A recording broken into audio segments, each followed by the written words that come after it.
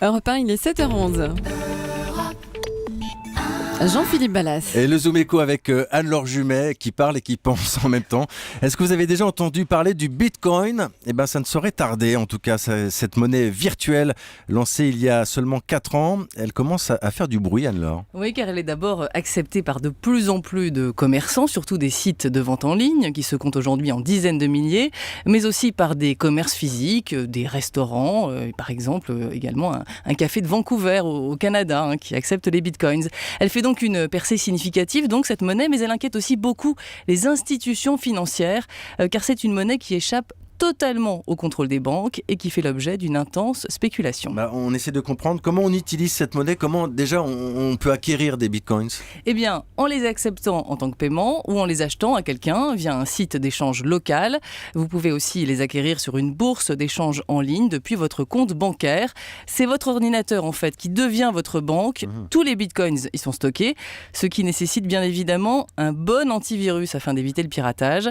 On citera d'ailleurs la mésaventure de ce Britannique qui a jeté un disque dur avant de se rendre compte qu'il contenait l'équivalent en bitcoins de 5 millions d'euros. Trop tard, il était parti à la déchetterie. Comme s'il avait jeté son coffre-fort finalement. Exactement. Donc ce système est en plein développement, il est quand même encore marginal, mais les perspectives de croissance sont importantes. Car à terme, le bitcoin pourrait représenter 10% des paiements en ligne aux États-Unis. C'est un rapport très sérieux qui le dit, récemment publié par Bank of America Merrill Lynch. Les sites de e-commerce l'adoptent, car avec cette monnaie, les transactions et les virements coûtent beaucoup moins cher. Overstock, un géant du e-commerce outre-Atlantique, va d'ailleurs l'adopter l'an prochain et cette annonce a dopé son cours de bourse. Mais vous nous dites, Anne-Laure, que ça pourrait ne pas durer parce que les États regardent avec une certaine inquiétude le développement de cette monnaie. Et oui, dans le monde, les alertes se multiplient. Au début du mois, la Banque centrale chinoise a interdit aux établissements financiers toute transaction en bitcoins, ce qui a d'ailleurs fait plonger le cours de cette monnaie. Et puis l'autorité bancaire européenne a tout récemment mis en garde contre l'utilisation de cette monnaie virtuelle.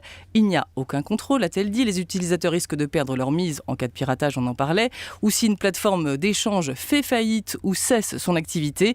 L'agence basée à Londres est d'ailleurs en train d'évaluer si les monnaies virtuelles peuvent et doivent être régulées et supervisées. Ça s'appelle donc les bitcoins. Merci Anne-Laure Jumet.